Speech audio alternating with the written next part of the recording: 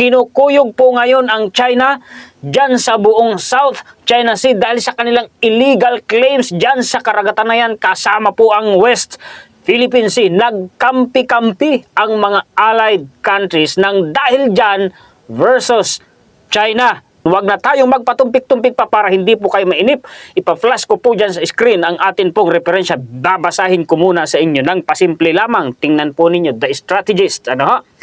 Military challenges to Beijing South China Sea claims are increasing. Abay, talagang tumitindi mga kaistorya ang mga kalaban ng China. Lumalaki, dumadami, lumalala daw po mga kaistorya ang hamon sa China doon sa kanilang illegal na claim dyan sa South China Sea. Basahin natin. Deployments of ships and aircraft to challenge China's illegal claims in the South China Sea are increasing.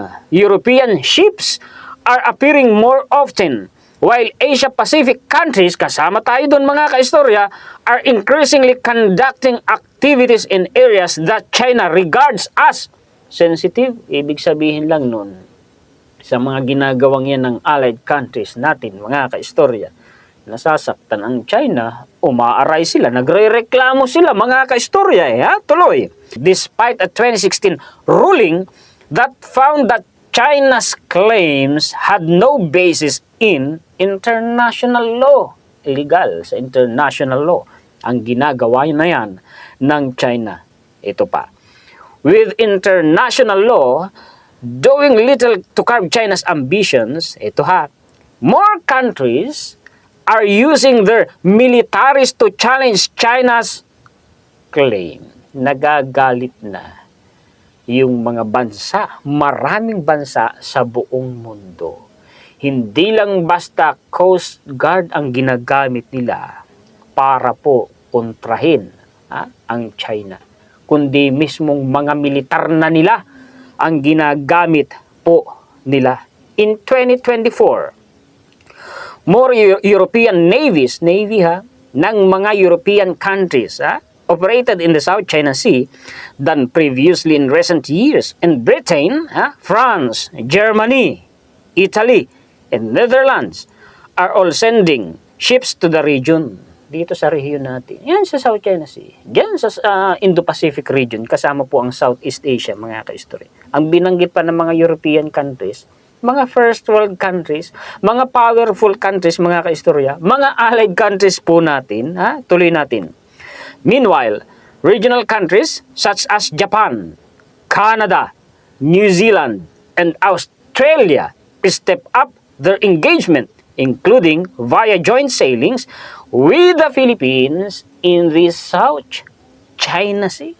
Mas pinalaki pa, mas pinatindi pa ng mga binanggit na bansa, mga kaistorya, ang pakikipag-kooperasyon sa atin sa pag-joint patrol dyan sa South China Sea. Sabi, mga military drills daw po, mga kaistorya. Sabi po ay joint maritime exercises. Pagpapatrolya na yon.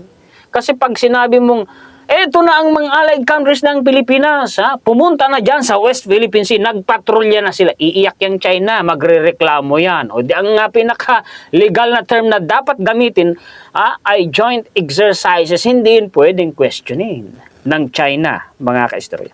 Taktika, ang galing, no? Different countries take different approaches to challenging China's illegal claims in the South China Sea. Some militaries are operating within the 9-dash line. Others sail naval ships directly through the Spratly Islands. Navy po nila, mga kaistorya. Some advertise their activities, others do not. Ibig sabihin, mga kaistorya, yung mga nababalitaan natin na nagpapatrolya, naglalayag po dyan sa South China Sea, sa West Philippine Sea, yun lang yung pinapublish. Meron pala tayong hindi nababalitaan na ginagawa ng mga allied countries natin na pagbabantay, pagpapatrolya dyan sa West Philippine Sea nang hindi natin nalalaman kasi nga po hindi nila ibinabalita, hindi nila ini-announce. Yun ang magandang balita dun, mga kaistoryan, France and Canada are both active in the region, including within the Spratlys. Both advertise their military presence and actions. Canada now carries journalists on some South China Sea transits. Nagdadala pa ng mga taga-media, mga kaistorya, It has operated close to the Paracel Islands, but as demonstrated when a Chinese fighter fired flares near a Canadian helicopter, hanggang flares lang, naku, kung matapang talaga, hanggang water can, gumamit na sila ng armas, kung talagang palaban sila, di ba? Kung talagang gusto nilang digmaan, gaya na pinapanakot nila, gumamit na sila ng armas, wala. Hindi may tuturing na armas yung mga yun walang mangyayari, di ho ba, mga kaistorya, Hindi naman siya inahagad na natin na digmaan dahil hindi yun talaga ang hangad ng sino mang Pilipino. Hindi rin yun ang hangad ng gobyerno po natin. Kaya lang, ang punto natin dito, kung talagang palaban ang China, kung handa talaga silang mandigma, bakit di pa sila gumamit ng armas? Di po ba? Takot. Nananakot lang, naninindak lang. Di po ba, mga kaistorya? Ito pa.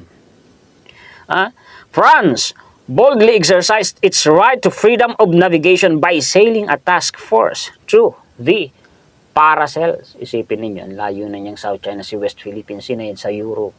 Pero nakakarating sila dyan. Sabi ko sa inyo, naniwala na kayo sa akin, maraming papalag na bansa sa China. Kukuyugin ang China.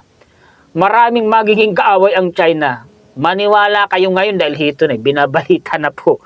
Mga kaistorya Australia has an active military presence in the South China Sea. Nasa likod lang natin yung Australia. Powerful countries din po yan. There's evidence that Australia operates close to China's illegal claims. Malapit pa dun sa mga kinamkam ng China. Dun pa talaga pumupunta ang Australia. However, the tempo and nature of its military challenges are hard to determine because Canberra does not advertise them. Hindi daw pala yun basta-basta binabalita nila, Chinese military has been aggressive, so on and so forth, to deter Australia daw po. Ang tanong, napatigil nila ang Australia? Hindi. Tuloy-tuloy pa rin. Pati nga po New Zealand. Ito, New Zealand has a semi-regular presence inside the 9-dash line commensurate with the size of its armed forces. Meanwhile, Japan has a growing military. Japan ang binabanggit kanina, New Zealand, mga kaistorya. Military presence daw po ng Japan, Diyan po sa rehiyon na yan and is increasingly working with partners. Kasama tayo sa partner po ng Japan. Such as the US, Australia, and the Philippines. Binanggit tayo literal. Bansa po natin, mga kaistorya. As with Australia, there are signs that Japan and New Zealand operating close to or within the Spratly Group, but neither publicize specific actions, so the nature of them is hard to determine. Kaya pala sinasabing hindi daw po ma-determine. Mahirap ma-determine kung saang area dyan sa South China kasi hindi daw po ina-announce ng mga bansa. Ibig sabihin, may mga aktibidades talaga ang mga kakampi nating bansa. Kasama ito pagkalalayo, Canada, Australia, European countries. May mga bansa dyan sa mga binanggit na yan, hindi nila ina-announce, hindi nila binabalita. Ibig sabihin, mga kaistorya, maganda yung binabalita nila na mga bansa natin na nandyan, nakikipag-join marital, nagpapatrolya pa rin, pero hindi pa nga po, mga kaistorya, kasama pala dun yung mga nakalihim na pagpapatrolya. Kita niyo? Hindi nagpapabaya ang mga kakamping bansa natin. At actually, kung paanong pinapalagan ng South Korea itong China, literal ginawan ko rin ng content, di po ba, mga kaistorya? Kinumpis ka ng South Korea yung Chinese vessel na illegal na pumasok sa kanilang exclusive economic zone para illegal na mangisda. Nakapalag ba ang China? Maliit na bansa lang yung South Korea at may border po yan si South Korea, kung di tayo nagkakamali dyan sa China. Nakapalag ba sila? Hindi po. Nakapalag ang China? Hindi po. Kinumpis ka. Maging Indonesia, Vietnam, ganun din. May latest nga po ngayon, mga ka-story. Pa-flash ko na lang dyan sa screen. Nakapalag ba ang China? Ibig sabihin, itong pambubuli ng China, pag pinalagan mo, wala, tamimi naman Hindi naman talaga, mga ka-story, ang purpose niyan mantikmay. Nambubuli lang yan. Pag nagpabuli at nagpasinda, kakawawa ka. Iba naman kasi ang taktika sa atin, mga ka-istorya. Ang utos kasi ng presidente, mahinahon kasi. Very fine line, hihimayin ika ni presidente. Kaya ang ginagawa ni PBBM, tahimik na kumikilos. Nagugulat ngayon ang China sa taktik. Yung foreign policy na ni PBBM, kung bakit po, mga kaistorya, nandyan, nakafocus ngayon ang mga allied countries natin sa buong mundo. Parte po yan ang foreign policy ni PBBM, mga kaistorya. Sa ganoong paraan, hindi nakakapiyok ang China, tahimik lang na kumikilos, hindi dinadaan sa dahas. Yan ang totoong matalino, mga kaistorya. The growing presence of European navies in the South China Sea and the step-up activity of the Asia-Pacific countries there is welcome. It's helping to push back on China's growing aggression and reinforce long-standing rules and norms that underpin regional prosperity. Yan yung kagandahan ginagawa, mga istorya. Kumbaga, nanunulak, nambubuli. Tika lang, huwag kang basta manulak. Balik ka dyan sa kung saan ka nararapat. Ganun ang ginagawa ng mga allied countries natin, mga kaistorya. Ito, tingnan nyo, yung sinasabing, takot ang Amerika sa China. Totoo ba? Hindi. Kailanman, ang leader ng mundo hindi masisindak sa isang komunistang bansa na kagaya ng China with ramp-up activities, sunod-sunod yung ginagawang presensya, aktibidades ng Amerika. Hindi lang sa South China Sea, hindi lang sa West Philippines, buong Indo-Pacific region po ito. US Coast Guard plots greater Indo-Pacific role. The US Coast Guard is set to ramp up its activities with Indo-Pacific partners as it plans more combined operations at sea. Operations at sea. May mga allied countries na tayo, mga kaistorya, sa Indo-Pacific region na ipinasok na talaga sa kanila pong aktibidades ng kanilang bansa yung US Coast Guard. Naiintindihan nyo naman siguro yung taktika ng presidente. Sabi, duwag, weak leader. Bakit yung matapang may nagawa?